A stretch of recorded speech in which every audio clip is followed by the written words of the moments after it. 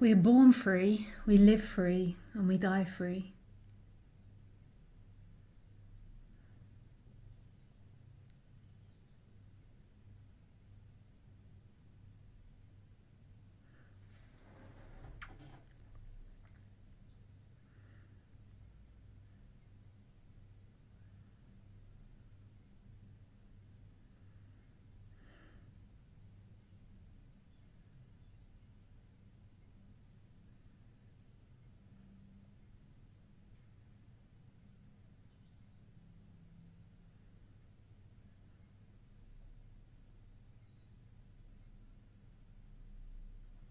But there's only one part that's free of us, and it's not the thinking part. The thinking is limited. Thinking is always in opposites and contained to its idea. It's an amazing thing, thinking, but it contains everything.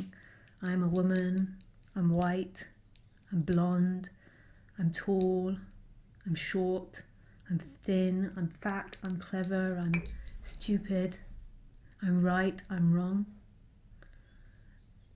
And it contains the world. The world is good, the world is bad, the world is evil, the world is unfair, the world is generous, the world is giving, the world is loving. It also puts a container on the world. And you're going to see the world, not because you choose to see it in a certain way. You're going to see the world dependent on your society and your conditioning, your up-to-date conditioning and your genetics. So if you've had family that's very negative, and if you've never attempted to recondition yourself, then you'll most probably have a really negative outlook, which is going to be painful. If you're always telling yourself something's bad, that's going to have a painful sensation in the body. So thinking is not free. Thinking can never be free. Thinking is in opposites and was designed to be in opposites. It's a way to distinguish a table from a chair, a sky from a floor. And we know objects in comparison to other objects that they're not other objects. We know what goodness is in comparison to badness. We know what right is in comparison to wrong. Now that's a pretty simple idea for you to understand, but your brain is listening to what I say and interpreting it and understanding it, but your brain isn't hearing it. Your brain isn't experiencing it. Your brain is like a machine. It's like the mechanism of the computer that pulls up websites when you click on a button, or it's like the brain is decoding everything and putting it into the code of this particular machine, and that machine doesn't experience. We think that we're someone inside the body experiencing, but actually that machine is being experienced.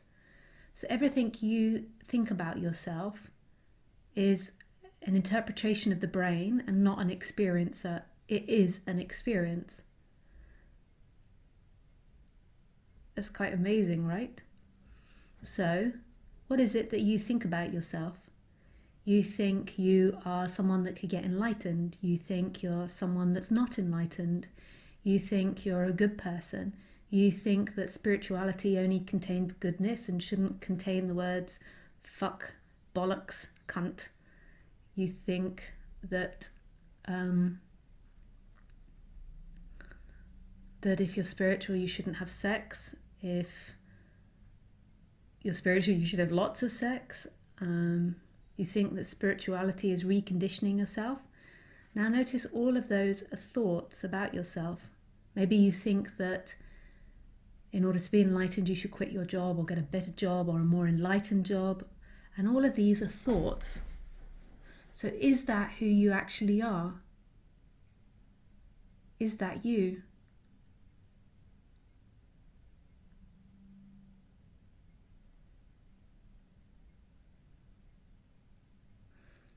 Now the experience of the machine is going to be a more pleasant experience the more positive the machine is.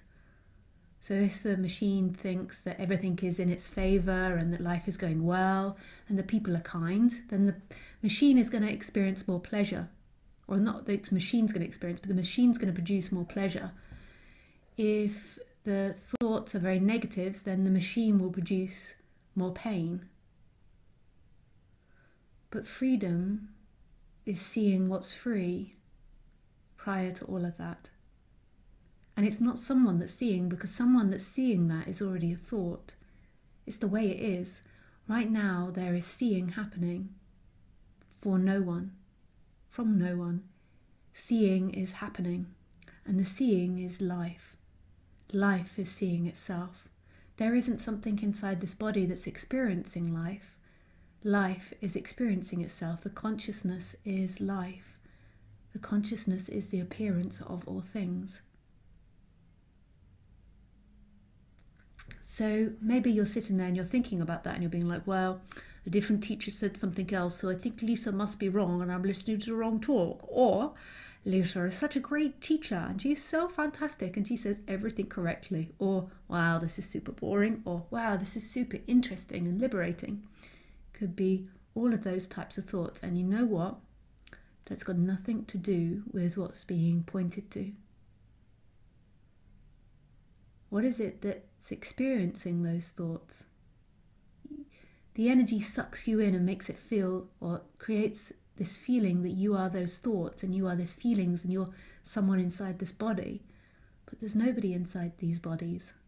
There is simply life happening, and it's free, and it's always been happening. At the moment it's having the experience of Lisa or Jeanette or Laurie or Mark or Roland. It's having the experience of that. Who you truly are, who's hearing my voice now, who's experiencing my voice, is life, not you. The you that says I like this or don't like this, or I want this or I don't want this, is being experienced. And that you never becomes enlightened. That you can align more and more with the truth of reality, which is a more and more expanded view on reality, an open view on reality, because the nature of reality is infinite possibilities, infinite mystery. And so the more the character lines up to that, the more happy the character will be, and the more in line the character will be.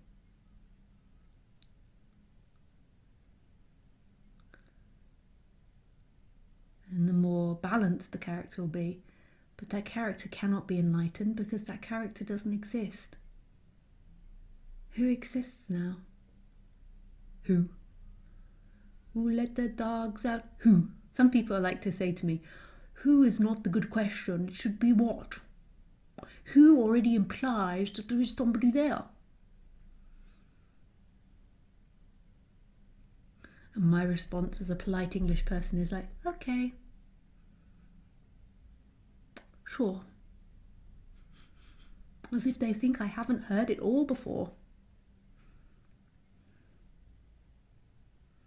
I've been around this subject for so long, I've most probably heard everything. Well, maybe not everything. There's always the possibility that I haven't heard everything. Or maybe I have, but maybe I haven't. We don't know.